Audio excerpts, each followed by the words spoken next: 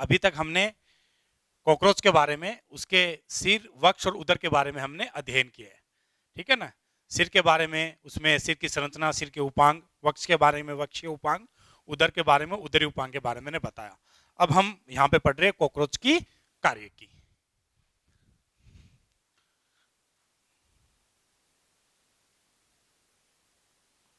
Cockroach की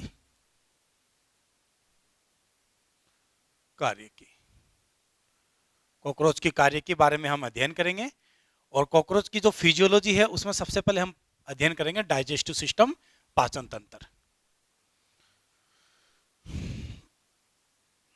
physiology, physiology of cockroach. और सबसे पहले हम स्टडी करने जा रहे हैं यहाँ पे किसके बारे में, पाचन तंत्र, पाचन तंत्र, डाइजेस्टिव सिस्टम। तो देखिए कॉकरोच का जो पाचन तंत्र है वो प्रमुखतया हम यहाँ पे कह सकते हैं कि जो पाचन तंत्र है वो टोटल 3 भागों में हम इसको, मतलब 2 भाग इसके होते हैं। एक तो आहार नाल,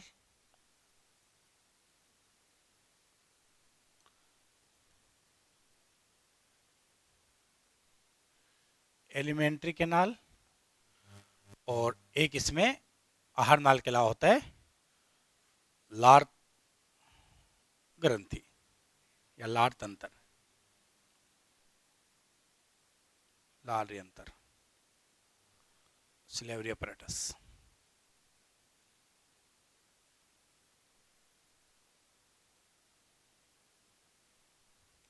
लार यंत्र में 2 भाग होते हैं, 2 जोड़ी लार ग्रंथि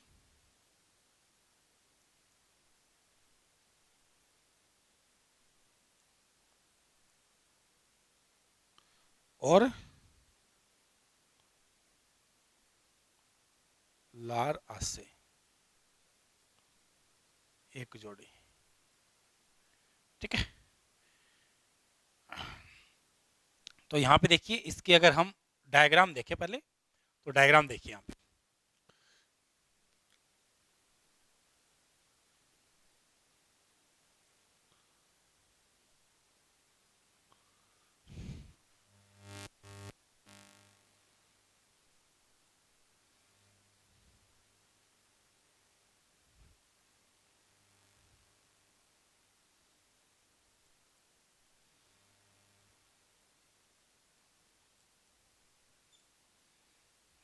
देखिए इसके अंदर सबसे पहले बात करते हैं अपन यहाँ पे इसकी आहार नाल।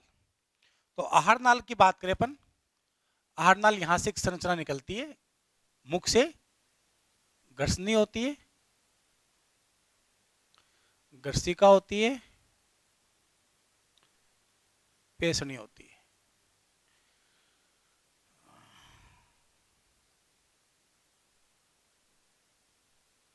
ये मध्यांतर है,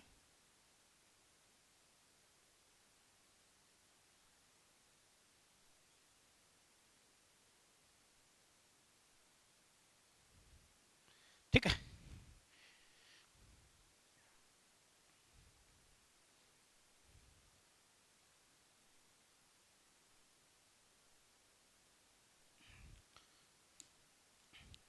देखिए यहाँ यकृत अंधनाल होती है इधर 6 से 8,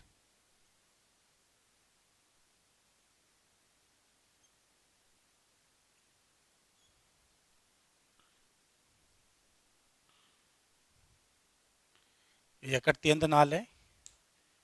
और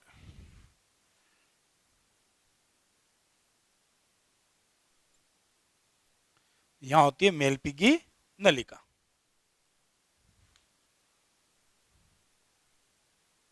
पीले रंग की होती है, पीला मार्कर नहीं अपने पास इसलिए हम हरे रंग से बना रहे हैं।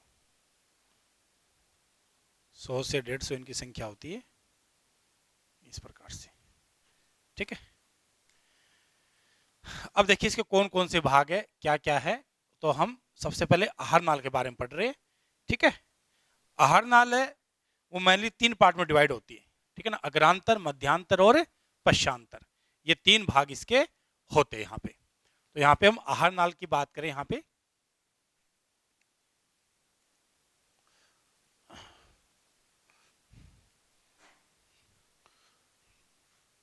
तो देखिए जो आहार नाल है उसके 3 भाग है, अग्रांतर, मध्यांतर, पश्चांतर। फोरगट, मिडगट और हैंडगट। देखिए कौन कौन से यहाँ पे, अच्छा यहाँ पे देखिए यहाँ पे कुछ है,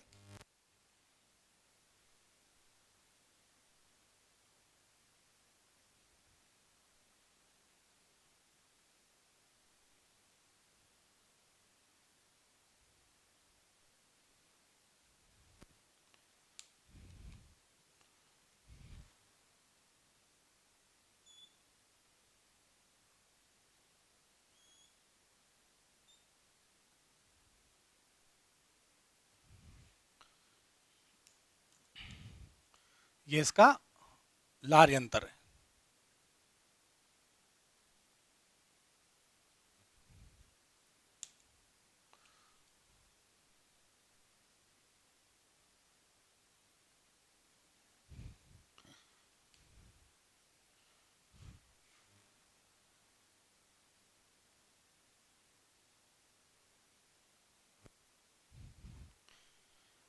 ठीक है, देखिए अब कौन कौन से भाग है, क्या क्या भाग है, ये मैं बात कर रहा हूं यहाँ पे। तो यहाँ पे देखिए सबसे पहले मुख है, मुख तो हमें नजर आएगा नहीं, नीचे की ओर होता है, अधोमुखी स्थिति होती है, मैंने बताया था आपको, हाइपोनेथस स्थिति होती है। तो एक तो होती है यहाँ पे गर्सनी, क्या होती है यहाँ पे, एक तो होती है गर्सनी, गर्सनी है जिसको हम कहते हैं फेरिंग्स। एक होती है यहाँ पे गर्सिका, गर्सनी खुलती है गर्सिका में, इसोफेगस। ठीक है, एक होता है यहाँ पे अनपुट,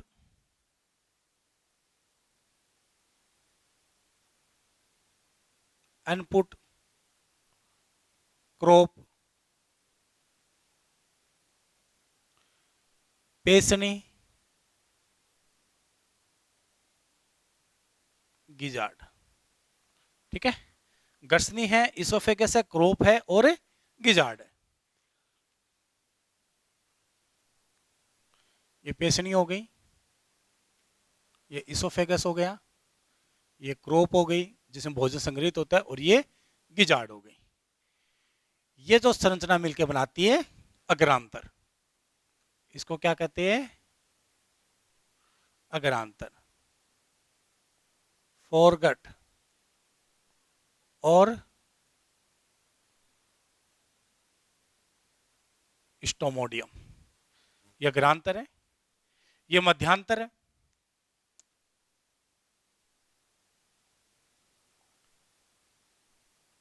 ये मध्यांतर है,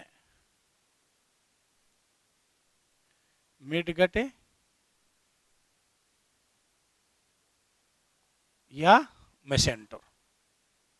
ठीक है ना, इसके अलावा ये जो है ये इलियम है,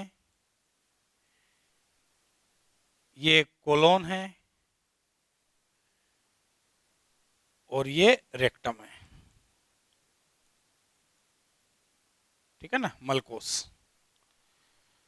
ये तीनों संरचना मिलकर बनाती है यहाँ पे पश्चांतर। पश्चांतर, इसको हम हिंडगट और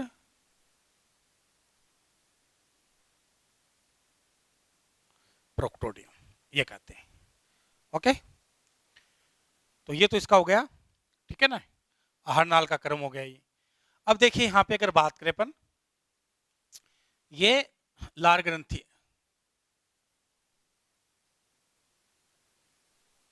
लार ग्रंथि,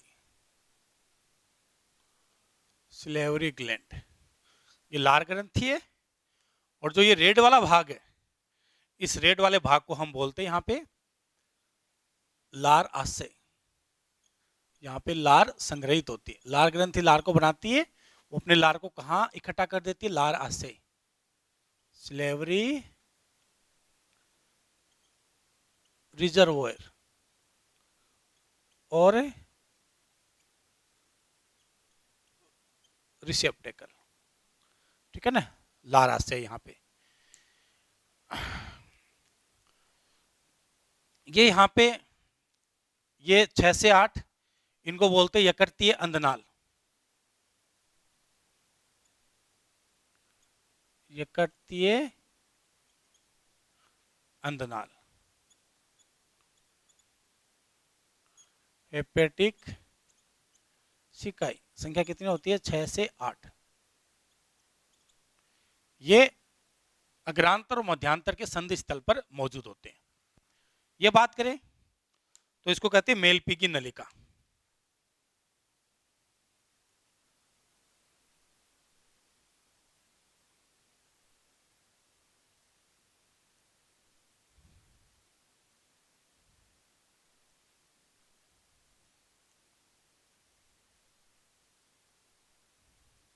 ये 100 से 150 होती है, इनका कार्य होता है उत्सर्जन, ठीक है।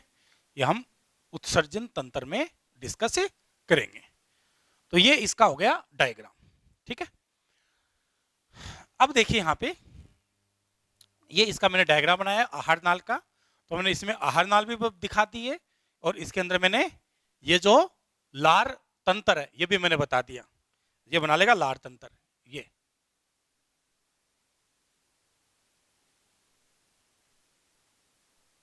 लार तंत्र, ठीक है, ये लार तंत्र बना लेगा। अब देखिए इसके अंदर इसकी थोड़ी हम आंतरिक संरचना की बात करते हैं इनकी, ठीक है ना। यहाँ पे आंतरिक संरचना की बात करते हैं, तो यहाँ पे देखिए सर्वप्रथम जब कॉकरोच अपना भोजन ग्रहण करता है, तो मैंने बताया आपको कि जब ये भोजन है, ये जो इसके संगिका है, इस संगिका की सहायता से अपने भोजन को तलाश करेगा, अपने भोजन को खोजेगा, और खोजने के पश्चात है जो इसकी मैक्सिलरी पैल्प है और लेबियल पैल्प है, उसकी सहायता से उसको ये टेस्ट करेगा, और मैंडिबल की सहायता से उसको तोड़ेगा, उसके टुकड़े करेगा, उसको पीसेगा। टुकड़े करने के बाद, पीसने के बाद भोजन है वो मुख के द्वारा, ठीक है ना, मुख गुहिका में प्रवेश करेगा, मुख के द्वारा वो मुख गुहिका में प्रवेश करेगा यहाँ पे।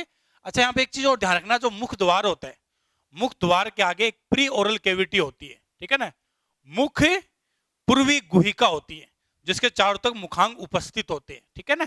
यानी प्री ओरल कैविटी क्या होती है, हम यहाँ पे कह सकते हैं कि जो प्री ओरल कैविटी है वो एक छोटा सा अवकाश है, मुख द्वार के आगे एक छोटा सा अवकाश होता है, जिसके चारों ओर मुखांग है वो क्या होते हैं, उपस्थित होते हैं, ठीक है। तो यहाँ पे अगर बात करें अपन इसके अंदर,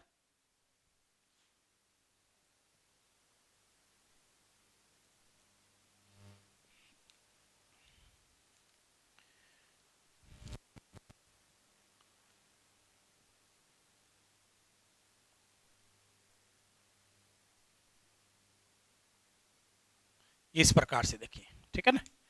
तो ये मुखांग मैंने बनाए थे, याद कीजिए, ये मुखांग बनाए थे। तो ये जो अवकाश है यहाँ पे, ये जो जगह है, इसको बोलते हैं मुख पूर्वी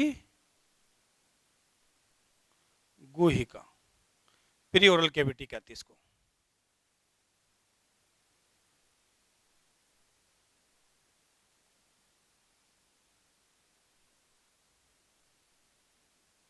प्री ओरल इसको कैविटी कहते हैं, ठीक है ना। मुख पूर्वी इसको गुहिका कहते हैं, और मुख पूर्वी गुहिका है तो भोजन है इससे होता हुआ, ठीक है ना, भोजन मुख पूर्वी गुहिका में होता हुआ, फिर मुख द्वार से होता हुआ, और ये कहाँ प्रवेश करता है, ये गर्सनी में प्रवेश करता है। तो गर्सनी आप देख सकते हो, एक संकड़ी और लंबी गर्सनी क्या है बेटा? एक संकड़ी और लंबी नलिका है, और ये एक चौड़े भाग में खुलती है, ठीक है ना? एक, अच्छा, इसमें ये गर्सनी है, गर्सनी के बाद ये गर्सिका है, गर्सिका में आती है, ठीक है ना? गर्सिका के बाद ये अन्नपुट में आती है। अन्नपुट एक पतली भित्ति, अन्नपुट है एक पतली भित्ति युक्त एक कक्ष होता है, ठीक है ना, जहां पे भोजन है उसका संग्रहण किया जाता है। भोजन का क्या किया जाता है? संग्रहण किया जाता है इसके अंदर, अन्नपुट के अंदर।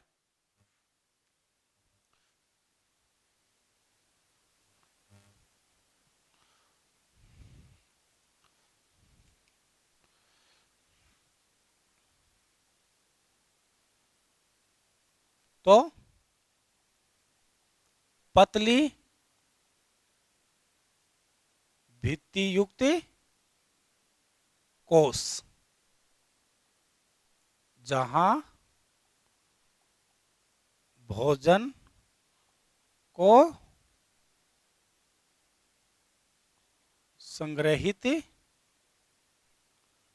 किया जाता है, ठीक है ना? यहां पे भोजन को क्या किया जाता है? यहां पे भोजन को संग्रहित किया जाता है, इकट्ठा किया जाता है, ठीक है ना? और इसके बाद भोजन है, यहां से क्रोप से भोजन है वो पेशनी में प्रवेश करता है।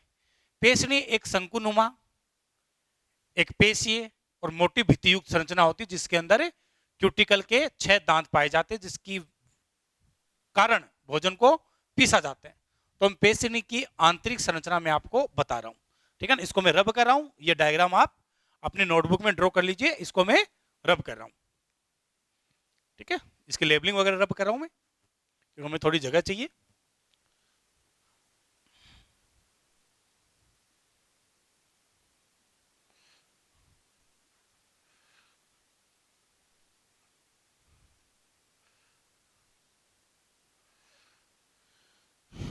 तो देखिए यहाँ पे जो गिजार्ड है, इसका अगर टीएस हम काटे, क्या काटे?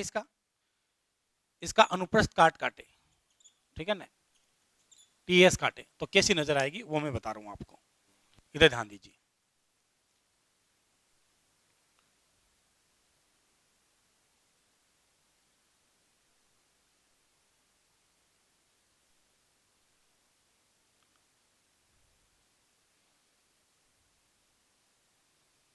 इसके चारों ओर ये, ठीक है ना, सर्कुलर वल्ले पेशियां होती है।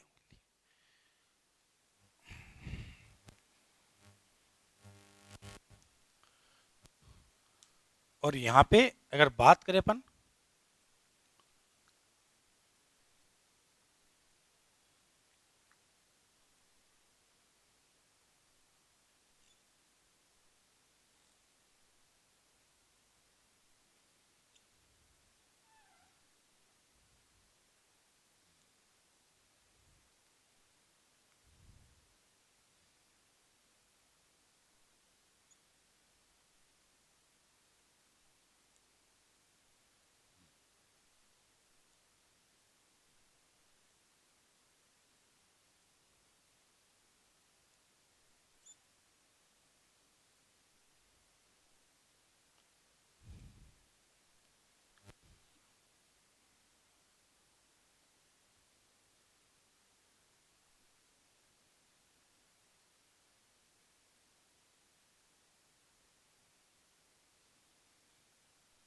ये इस प्रकार से,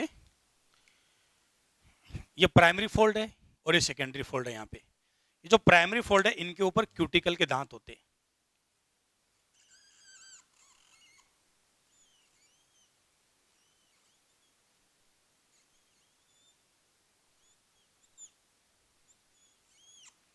ये क्यूटिकुलर टीथ होते हैं, ठीक है? तो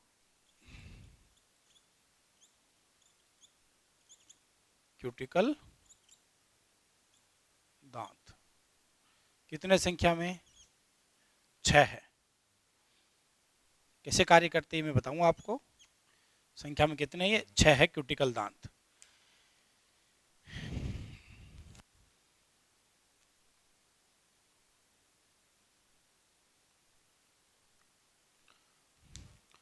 यहाँ पे देखिए, अगर बात करें अपन, तो इसके अंदर पेशियां उपस्थित होती है। यहाँ पे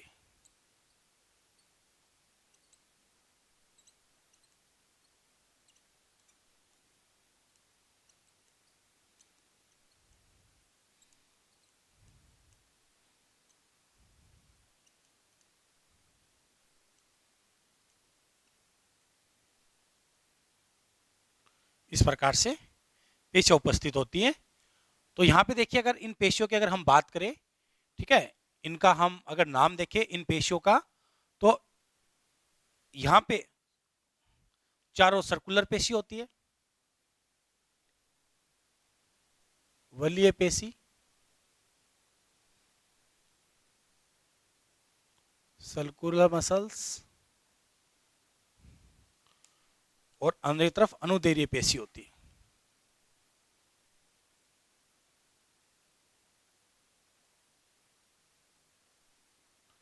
अनुदैर्घ्य पेशी,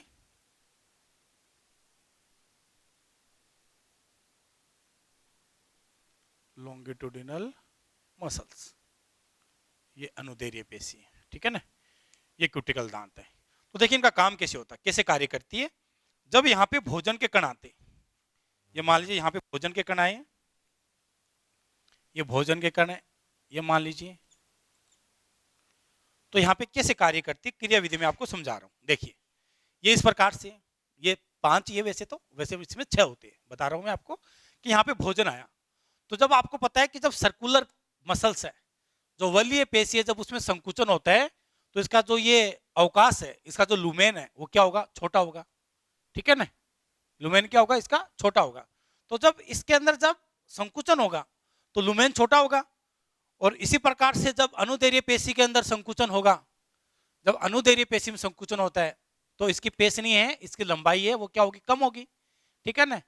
तो यहाँ पे क्या होगा, देखिए इन दोनों पेशी की वजह से ये जो दांत है, यहाँ पे भोजन इस अवकाश के अंदर, और इसमें इन पेशियों में संकुचन की वजह से ये दांत है, ये सेंटर की तरफ आते, इस प्रकार से ये सेंटर की तरफ आते। तो यहाँ पे जो भोजन होगा वो पिस जाएगा, इसकी वजह से भोजन है उसको वो पिस जाएगा, और इस वजह से इसमें क्या होगा, इसमें भोजन है वो ग्राइंड हो जाएगा। तो पेशनी का काम होता है भोजन को पीसना।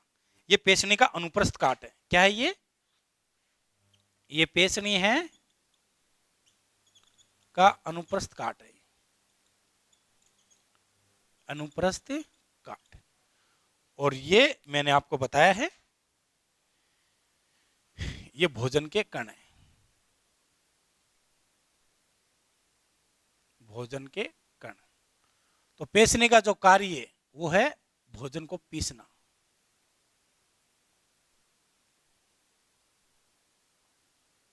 भोजन को पीसना, ये इसका कार्य है, ठीक है। तो देखिए मुख द्वार से भोजन गर्सनी में आया, गर्सनी से गर्सिका, गर्सिका से अनपुट, और अनपुट से पेशनी में वो पीसा गया। अब यहाँ पे एक वॉल होता है, यहाँ पे, ठीक है ना, पेशनी के पीछे एक वॉल होता है, उसको बोलते हैं स्टोमोडियल वॉल। क्या बोलते हैं इसको, स्टोमोडियल वॉल। इसको मैं रब कर रहा हूँ, ठीक है। पेशनी का अनुप्रस्थ काट है, क्यूटिकल दांत होते हैं 6, जिसकी वजह से भोजन को पीसा जाता है।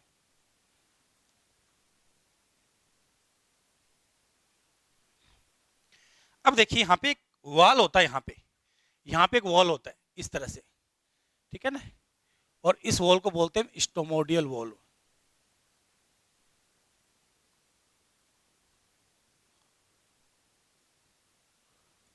स्टोमोडियम वाल्व, ठीक है ना। स्टोमोडियल वाल्व, इसका मकसद क्या है कि जो भोजन है, पेशनी के पश्चात भोजन है वो मध्यांतर में आएगा, तो जो भोजन मध्यांतर में आ चुका वापस वो पेशनी में नहीं जा सकता, है ना, रीगर्गिगेट नहीं हो सकता, वापस यहाँ नहीं जाएगा, ये इसका काम है, ये वॉल्व का। उसके बाद देखिए यहाँ पे इसके अंदर बात करें, जो यकृतीय अंधनाल है, यकृतीय अंधनाल है, उनका काम होता है पाचन रस का स्राव करना, ठीक है ना। ये पाचन रस का स्राव करती है। क्या करती है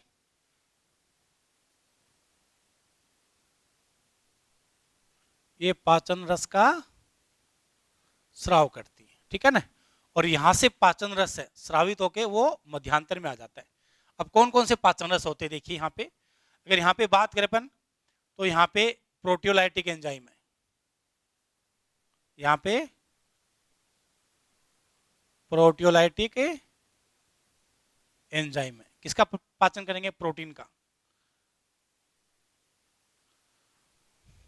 इसके अलावा यहाँ पे अमाइलाइटिक एंजाइम है, अमाइलाइटिक एंजाइम है, किसका पाचन करेंगे, स्टार्च का। और यहाँ पे लाइपेज है, ठीक है, लाइपेज किसका करेंगे, वसा का, ठीक है ना। तो यहां पे ये प्रोटीन का पाचन करते हैं, ये कार्बोहाइड्रेट स्टार्च वगैरह का, और ये लाइपेज है ये वसा का, लिपिड का, ठीक है ना। तो ये पाचन रस है, ये मध्यांतर में उड़ेले जाते हैं। अब मध्यांतर है ये कुंडलित होती है, ठीक है, नजर आ रहा है आपको, पतली होती है, और यहाँ पे भोजन का पाचन और अवशोषण होता है। तो अगर आपको क्वेश्चन आए कि भोजन का पाचन और अवशोषण कहाँ होता है, तो भोजन का पाचन और अवशोषण है वो कहाँ पे होगा, भोजन का पाचन और अवशोषण वो मध्यांतर में होता है, इसलिए हमारी छोटी आंत के समकक्ष होती है। तो मध्यांतर किसके समकक्ष हो गई, ये हमारी छोटी आंत के समकक्ष हो गई, क्योंकि यहाँ पे क्या होता है, भोजन का पाचन, यहाँ पे भोजन का पाचन होता है और अवशोषण होता है। अब यहाँ पे देखिए मध्यांतर है, यहाँ पे एक और इसके अंदर एक परिपोषण कला होती है, यहाँ पे पेरिट्रोपिक मेम्ब्रेन, और इस मेम्ब्रेन का स्राव किया जाता है पेशनी के द्वारा। अब इसका काम क्या होता है देखिए, समझिए इसको, ये मैं दोबारा बना रहा हूं, ये मध्यांतर है, ये मध्यांतर है, और यहां पे देखिए इसके अंदर इसके चारों ओर पेरिट्रोपिक झिल्ली होती है, इस प्रकार से।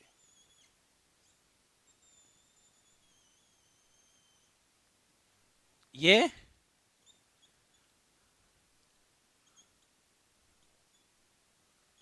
परिपोषणी कला है, इंग्लिश में इसको कहते हैं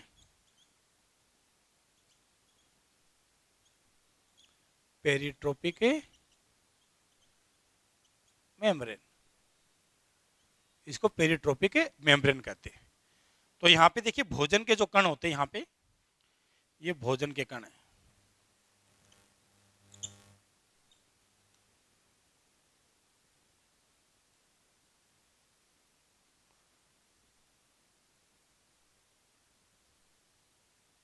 भोजन के नुकीले कण। तो परिपोषणी कला है, कौन स्रावित करता है इसको, पेशनी के द्वारा स्रावित है, ठीक है ना, पेशनी द्वारा स्रावित, ये पेशनी द्वारा स्रावित होती है, और पेशनी द्वारा स्रावित होकर मध्यांतर में ये आ जाती है। और इसका काम क्या है, ये भोजन कणों के चारों तरफ उपस्थित होती है। इसका काम है कि जो मध्यांतर है उसका जो कोमल आंतरिक स्तर है, उसकी जो इनर लाइनिंग है, उस इनर लाइनिंग की भोजन के नुकीले कणों से सुरक्षा करती है, सुरक्षा प्रदान करती है, ठीक है ना, उनको प्रोटेक्शन करती है, ताकि वो नुकीले कण है, भोजन के नुकीले कण है, वो इसकी इनर लाइनिंग है उसको नुकसान न पहुंचा पाए, ठीक है ना, ये इसका कार्य होता है। मैं इनकी उत्पत्ति बताऊंगा यहाँ पे, क्योंकि देखिए अब यहाँ पे सवाल आता कि यहीं पे क्यों बनी है, ये भाई यहाँ पे क्यों नहीं है, अग्रांतर में क्यों नहीं है, या पश्चांतर में क्यों नहीं है। तो यहाँ पे इसलिए नहीं है क्योंकि अग्रांतर और पश्चांतर इनका जो आंतरिक स्तर होता है वो क्यूटिकल से आश्रित होता है, वहां पे क्यूटिकल का आवरण पाया जाता है, किंतु मध्यांतर में क्यूटिकल का आवरण नहीं पाया जाता, ठीक है, ये मैं आपको आगे समझाऊंगा किस प्रकार से। तो ये ध्यान रखना है इसके अंदर।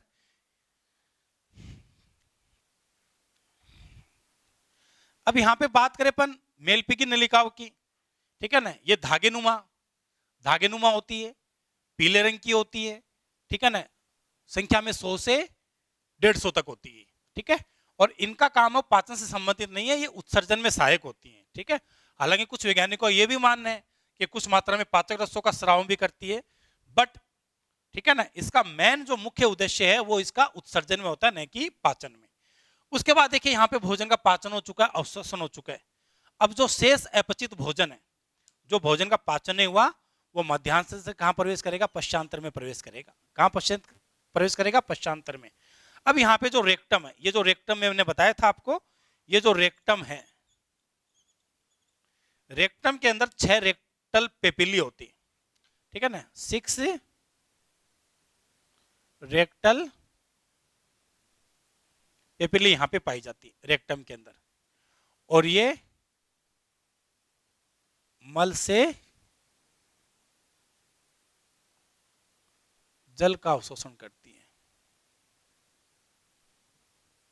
क्या करती है, मल से ये जल का अवशोषण करती है रेक्टल पेपिली, और उसके बाद यहां से है वो मल है, गुदा द्वार है, वो बाहर आ जाएगा। ठीक है, ये है यहाँ पे इसके अंदर। तो ये तो इसके बारे में, हरनाल के बारे में हो गए यहाँ पे। ठीक है ना, कौन से भाग का क्या कार्य होता है ये मैंने आपको बताया। ठीक है ना, तो यहाँ पे भोजन है, उसको पीसा कहाँ पे जाता है, तो भोजन को पीसने का जो कार्य है वो पेशनी में होता है। और कौन करता है ये पीसने का काम, कौन करता है, उसमें 6 दांत होते हैं। ठीक है ना, क्यूटिकुलर टीथ होते हैं, वो भोजन को पीसते हैं। रेक्टम में 6 रेक्टल पेपिली होते हैं जो जल का क्या करते हैं, अवशोषण करते हैं। ठीक है ना, ये जल का अवशोषण करेंगे। और यहाँ पे बात करें अपन, अब चलो लार ग्रंथि के ऊपर चलते, अपन लार तंत्र पर चलते हैं। तो यहाँ पे देखिए इसके अंदर, यहाँ पे अगर बात करें अपन कि जो लार ग्रंथि है, चलो इसका दोबारा डायग्राम में बना देता हूं, ठीक है ना, ताकि समझने में ये आसान रहे। इस प्रकार से ये तो हो गए लार आशय, जहां लार संग्रहित होती है। ठीक है ना, और ये हाइपोफेरिंग्स है यहाँ पे।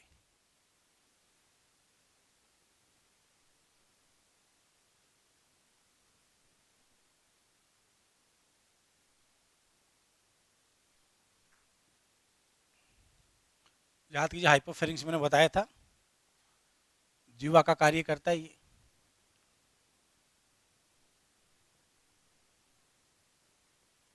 ये इफरेंट स्लेवरी डक्ट है।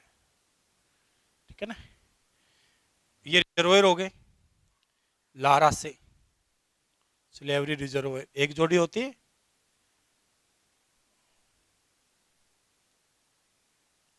और ये कॉमन डक्ट हो गई। कॉमन डक्ट क्यों का है, इसकी ये डक्ट है, इसकी ये डक्ट है, ये आके जुड़ गई ऑफ ए सिलेवरी रिजर्वोयर। उसके बाद देखिए यहां पे,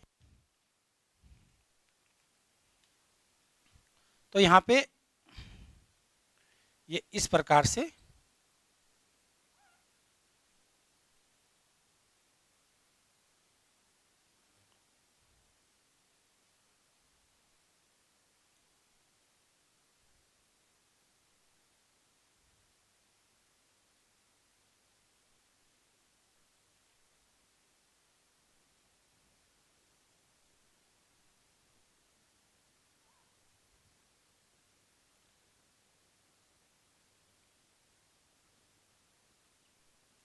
ये है, यहाँ पे ये संरचना है। देखिए यहाँ पे कैसे ये कार्य करती है, वो मैं समझा रहा हूँ, इसका कार्य समझा रहा हूँ मैं। ठीक है ना, ये ध्यान से समझना बेटा, कार्य काफी इंपॉर्टेंट है ये। देखिए सबसे पहले क्या होगा यहाँ पे, ये जो लार ग्रंथि है, ये लार ग्रंथि जो है,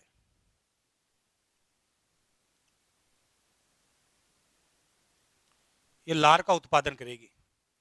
और लार का उत्पादन करने के पश्चात, इसने लार का उत्पादन किया, लार का उत्पादन करने के पश्चात इस नलिका से होता हुआ ये लार है, ये इसमें प्रवेश करेगा रिजर्वोयर में। ठीक है ना, रिजर्वोयर में आ गया तो नाम ही आज से है। यहाँ पे लार है वो संग्रहित होती है, तो लार ग्रंथि तो लार का उत्पादन करती है, और लार संग्रहित कहाँ होती है, ये लार संग्रहित होती है लार इनमें सिलेवरी रिजर्व में, लार आशय में। उसके बाद जब उसकी आवश्यकता होगी लार की, तो यहां से लार है वो वापस,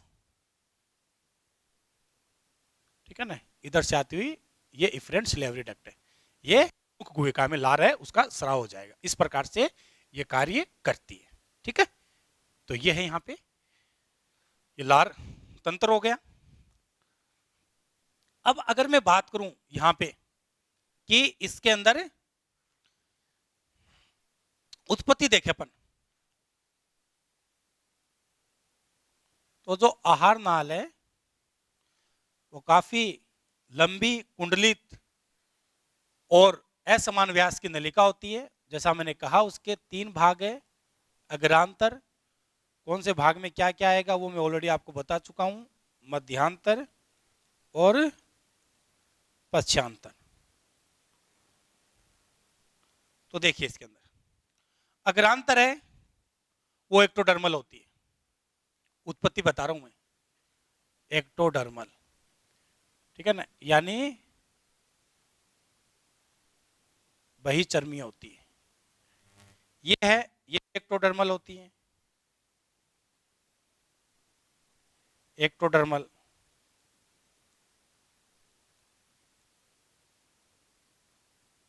बहिचर्मीय होती है। मध्यांतर है, ये उत्पत्ति में क्या होगी, एंडोडर्मल होगी, अंतः चर्मी होगी। तो ये तो होगी इनकी उत्पत्ति। अग्रांतर एक्टोडर्मल है, मध्यांतर एंडोडर्मल है, पश्चांतर वो भी एक्टोडर्मल है। अब यहां पे देखिए, अग्रांतर और पश्चांतर, इनका आंतरिक स्तर वो क्यूटिकल से आवृत रहता है।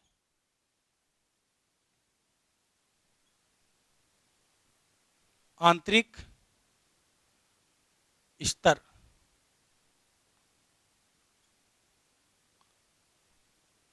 क्यूटिकल,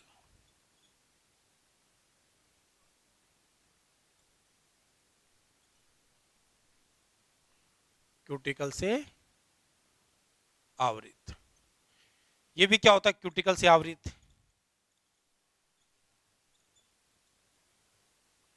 क्यूटिकल से आवृत, ठीक है ना। और यहां पे क्यूटिकल अनुपस्थित, यहां क्यूटिकल अनुपस्थित है। अब इसका कारण बताता हूं मैं ऐसा क्यों है। तो देखिए, ये मान लीजिए जब भ्रूणीय विकास होता है, ये आहार नाल है, ठीक है ना, इसके 3 भाग हम बांट देते, ये अग्रांतर हो गया, ये मध्यांतर, ये पश्चांतर। जब भ्रूणीय विकास होता है तो मैं मान लेता हूं इसके शरीर के चारों तरफ क्यूटिकल की आवरण है, ठीक है ना, जैसा कि आपको पता है। तो क्यूटिकल ये अंदर धस जाएगा, ये क्यूटिकल अंदर धस गया इस प्रकार से, ठीक है ना। तो क्यूटिकल प्रारंभ में अंदर धस गया, बाद में अंदर धस गया, तो अग्रांतर और पश्चांतर तो क्यूटिकल से आवृत हो गई, और मध्यांतर है जो बीच में है वो क्यूटिकल से अनावृत है, ये कारण है, ठीक है ना। इसी वजह से अग्रांतर मध्यांतर एक्टोडर्मल होती है, क्योंकि उसकी बाहरी सतह वो एक्टोडर्मल है, जबकि मध्यांतर वो एंडोडर्मल होती है, ठीक है। तो ये था अपना कॉकरोच है, इसका पाचन तंत्र, ठीक है ना। तो कॉकरोच मैंने बताया था आपको स्टार्टिंग में सर्वाहारी है, सब कुछ ये खा सकता है, चमड़ा, कागज, कपड़े, ठीक है ना, क्यूटिकल, सब कुछ ये खा सकता है, ठीक है ना। तो इसको पाचन करने के लिए, अच्छा एक चीज और ध्यान रखना, लार ग्रंथि, लार के अंदर सिर्फ एक एंजाइम पाया जाता है, स्टार्च को पाचन, जो कार्बोहाइड्रेट है स्टार्च उसके पाचन करने वाला एंजाइम यहाँ पे पाया जाता है। तो ये था कॉकरोच का पाचन तंत्र। अब नेक्स्ट हम नेक्स्ट लेक्चर में दूसरा तंत्र पढ़ेंगे, तब तक के लिए थैंक यू।